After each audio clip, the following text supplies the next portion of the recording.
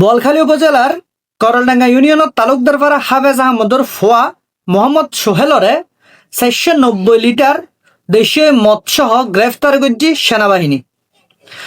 22 August শুক্রবার স্থানীয় সোর্সর গোপন সংবাদর ভিত্তিতে বোয়ালখালী থানার করলডাঙ্গা ইউনিয়ন মধ্যে বোয়ালখালীর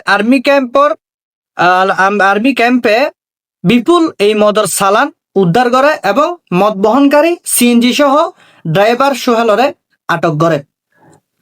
বোয়ালখালীর সেনা ক্যাম্প কমান্ডার মেজর রাসেল হদ্দে বেশ কয়েকদিন ধরে উগ্র চক্র এলাকার মধ্যে মদর ব্যবসার কার্যক্রম গড়িয়ে সম্পূর্ণ চক্র ও আটক করি বেললে আর্মির সেনাবাহিনী চেষ্টা করে।